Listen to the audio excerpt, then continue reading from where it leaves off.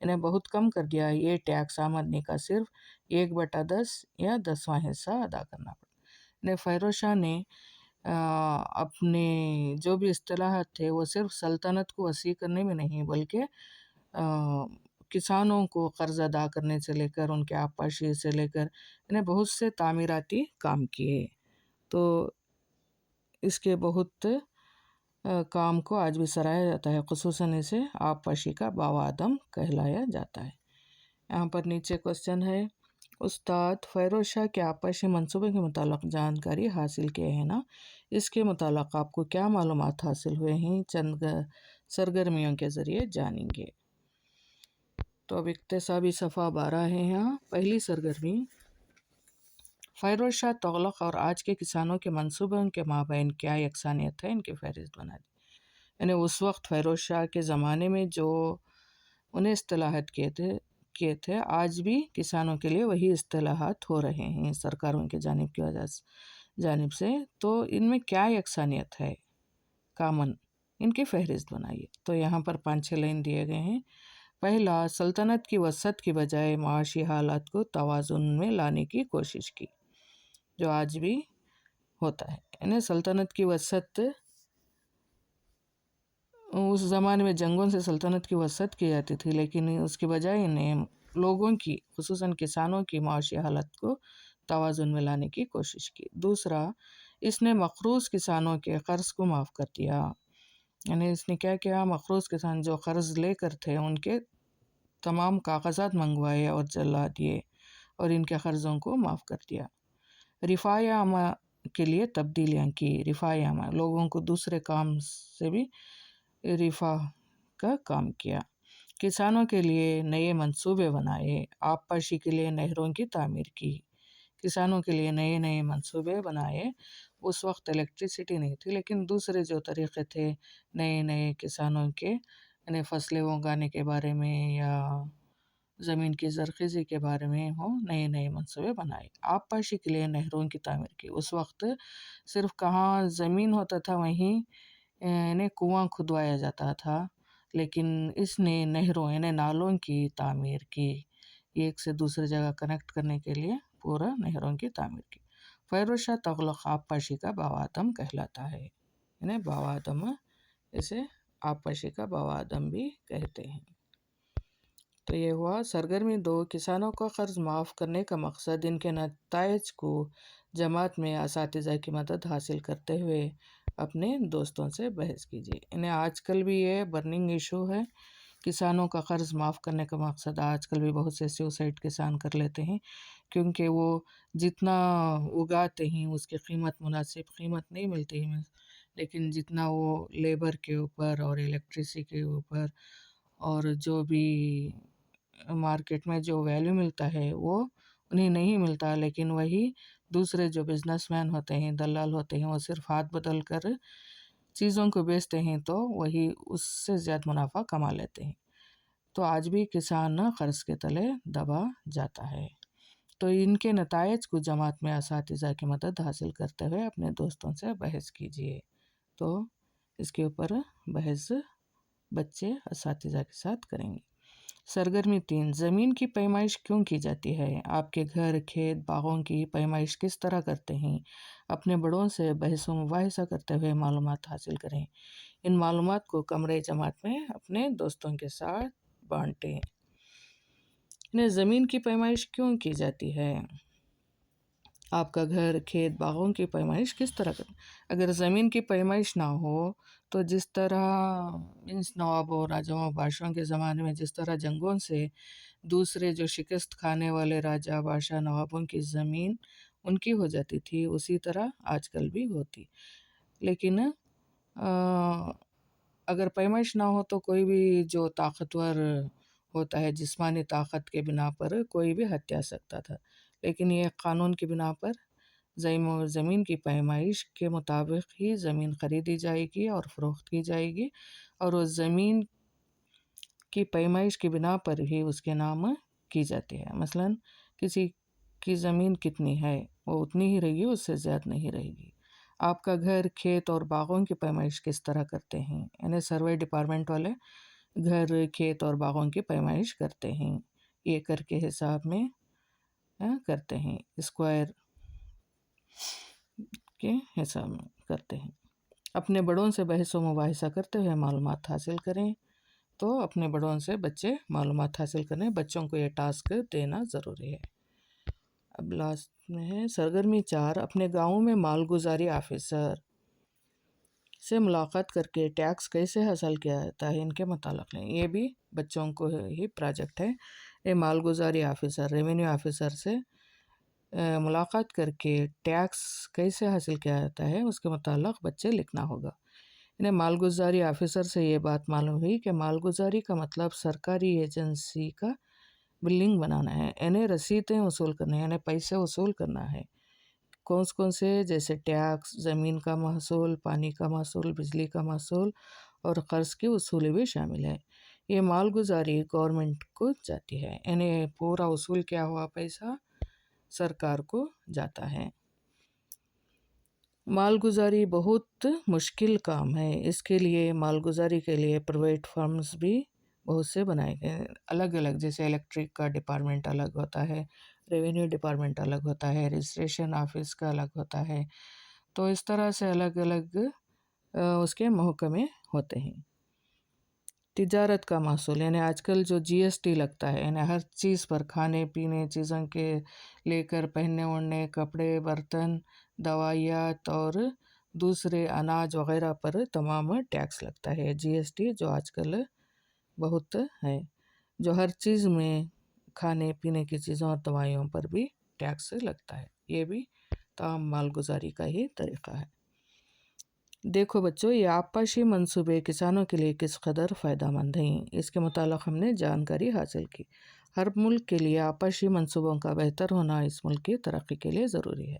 یعنی آج کل جو بھی گورنمنٹ چلتی ہے وہ ٹیکس سے حاصل کیے ہوئے مالگزاری کے پیسوں پر ہی ہوتا ہے۔ تو ان منصوبے سے، آبپاشی کے منصوبے یا کوئی بھی منصوبے ہوں، تو اس سے مالگزاری کا فائدہ حکومت کو ہوتا ہے۔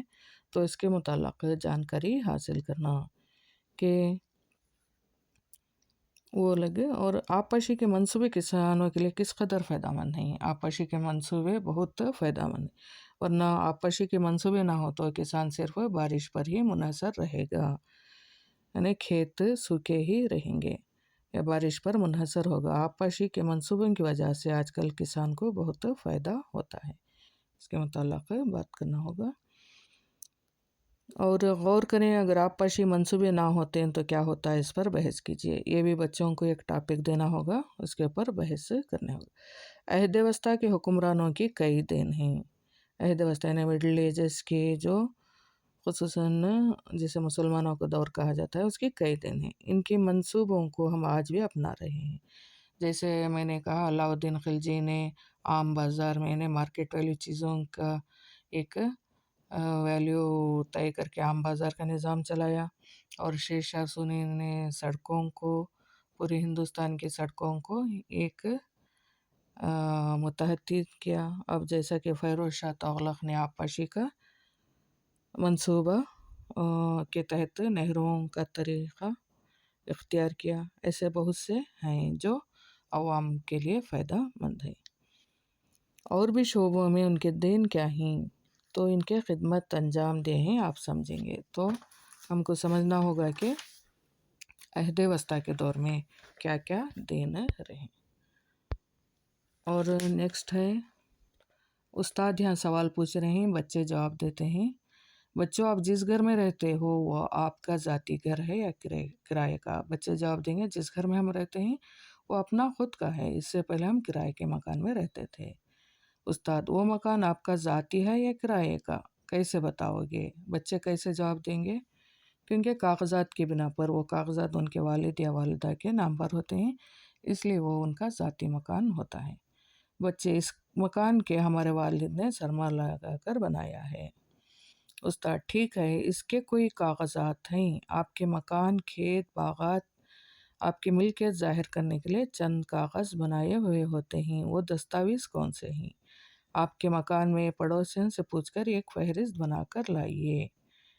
تو بچوں کو ایک پروجیکٹ کے طور پر کہ اگر کوئی لینڈ انہیں زمین خریدنا ہو یا کوئی زراعت کی زمین خریدنا ہو یا گھر بنانے کے لیے زمین خریدنا ہو یا گھر خریدنا ہو تو اس کے لیے کیا کیا دستاویز ہوں گے باغات خریدنے کھیت خریدنے کے. تو کیا ہو سکتا ہے؟ پہلے سیل ڈیٹ، انہیں سیل ڈیٹ سے زیادہ کیا ہونا سیل ڈیٹ دیکھا جائے گا. جس جگہ کو خریدنا ہو تو اس جگہ کا اس سے پہلے وہ زمین کا پہلا مالک کون تھا، اس کے بعد کن ہاتھوں سے گزر کر اسے آیا وہ دیکھتے ہیں. اور جی پی اے دیکھتے ہیں، انہیں جنرل پاور آف اٹارنی. بعد رجسٹریشن کے کاغذات ہوتے ہیں، بعد این او سی ہوتا ہے. اس کے بعد سیل اگریمنٹ بناتے ہیں، اور سیل اگریمنٹ کے بعد جو کندیا ہوتا ہے انہیں ٹیکس رسیپٹ دیکھنا ہوگا. اور اس کے بعد سروے کے ڈاکیومنٹس انہیں یہ زمین کتنی پیمائش کی ہے وغیرہ سب دیکھنے ہوں گے، تمام ڈاکیومنٹ رکھنا ہوگا. بچوں، ہم ان کاغذات کے متعلق معلومات حاصل کیے ہیں. ہندوستان کی تاریخ میں شیر شاہ سوری نامی بادشاہ تھا جو کسان زمین کی کاشت کرتے ہیں انہیں اسی زمین کا مالک بنا کر دستاویزات عطا کیے. اس کے بارے میں سمجھیں گے. شیر شاہ سوری کا ایک اصلاحی قدم تھا کہ سب سے پہلے زمین کس کے نام کی جانی چاہیے. وہ آج کل جو کرتے ہیں ان کے نام سے پراپرٹی بناتے ہیں، وہ طریقہ بھی شیر شاہ سوری نے ایجاد کیا تھا. کاشتکار ہی زمین کا مالک ہے. تو ایمرجنسی میں بھی یہی قانون آیا تھا، تو اس سے پہلے شیر شاہ سوری نے یہ طریقہ ایجاد کیا تھا. شیر شاہ سوری نے زرعی زمین یا باضابطہ پیمائش کر کے اندراج یعنی رجسٹریشن کا نظام جاری کیا. اس نے سکندری گنج نامی 39 انچ کا پیمانہ تیار کیا. 16ویں صدی عیسوی سے پہلے زمین ناپنے کا ایسا کوئی پیمائشی نظام نہیں تھا. شیر شاہ سوری سے پہلے یہ میری زمین کہنے کا کوئی حق نہیں رکھتا تھا، وہ زبانی طور پر، لیکن کاغذ بنانے کا طریقہ شیر شاہ سوری نے ایجاد کیا. زمین کو اس کی زرخیزی کے بنا پر 3 حصوں میں تقسیم کیا گیا: زرخیز زمین، درمیانی زرخیز اور کم زرخیز. تو 3 طریقوں پر محصول سند دی جاتی تھی. اچھی زرخیز زمین ہو تو اسے محصول زیادہ دینا پڑتا، اور کم زرخیز ہو تو کم، اور درمیان ہو تو درمیانی طور پر محصول سند دی جاتی تھی. شیر شاہ سوری نے جن کی زمینیں نہیں تھیں ان کو صرف محصول کی بنا پر انہیں زمین ان کے نام کر کے دیا تھا. یہ پہلی دفعہ ہے کہ کسانوں کو ان کی کاشت کی جانے والی زمین پر مالکانہ حق ان کو قانونی طور پر دیا گیا. تو کتنی اچھی بات ہے. اس زمانے میں کسانوں کو ان کی کاشت، صرف وہ کاشت کرتے تھے تو زمین پر ہی ان کو مالکانہ حق شیر شاہ سوری نے دیا. جیسے پٹا نامی کتاب میں درج کر کے رکھا گیا. یہ پٹا ریکارڈ کو پٹا بولتے ہیں. پٹا نامی کتاب میں درج کر کے رکھا گیا. کسانوں کو دستاویزات دیے گئے. ان کے برعکس کسانوں نے اپنی قبولیت لکھ کر بادشاہ کو پیش کیا. تو وہاں پر ایک اگریمنٹ کے طور پر دیا گیا. اس زمین ملکیت کو برقرار رکھنے کے لیے ہر سال بلا ناغہ محصول ادا کرنا پڑتا تھا. محصول اناج کی شکل یا نقد رقم کی شکل میں ادا کیا جاتا تھا. خشک سالی یا قحط سالی کے دوران محصول میں رعایت دی جاتی تھی. تو یہ شیر شاہ سوری کی طرف سے ایک بہت بڑا قدم تھا. پیج نمبر 32، اقتصابی صفحہ 13. آج زمینی ریکارڈ جمع کرنے کا کام کون انجام دیتے ہیں؟ اس سے کیا فائدہ ہے؟ اس پر بحث کیجیے. ادھر ساؤتھ کی طرف خصوصاً کرناٹک میں ہم وی اے کہتے ہیں، ولیج اکاؤنٹنٹ، جو زمینی ریکارڈ جمع کرنے کا کام انجام دیتے ہیں. ادھر شمالی ہندوستان کی طرف سے پٹواری بھی کہا جاتا ہے، پٹا. یا اس سے پہلے ادھر پٹیل نامی بھی کہتے تھے، لیکن اب ولیج اکاؤنٹنٹ یہ کام کرتے. اس سے کیا فائدہ ہے؟ اس سے یہ فائدہ ہوتا ہے کہ زمین آج کس کے نام سے ہے، اور اس کے بعد اگر وہ فروخت کر دیا تو کس کے نام رہے گی.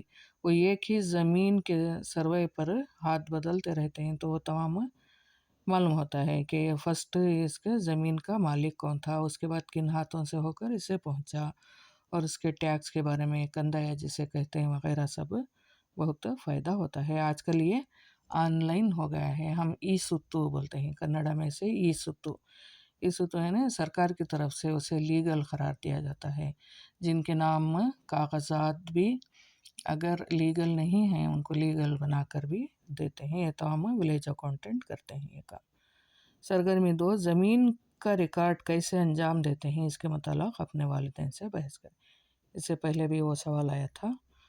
تو سرگرمی 3، استاد آپ کو ایک اندراج نامہ دیں گے، اس پر غور کرتے ہوئے اہم نکات کی فہرست تیار کرنی ہے۔ یعنی استاد کو ایک اندراج نامہ یعنی ایک فارم بھرتی کرنے کا دیں گے، تو اس پر وہ بچے بھرتی کریں گے۔ تو یہ تھا سماجی سائنس کے مطالعہ۔ امید ہے آپ کو پسند آیا ہوگا۔ السلام علیکم۔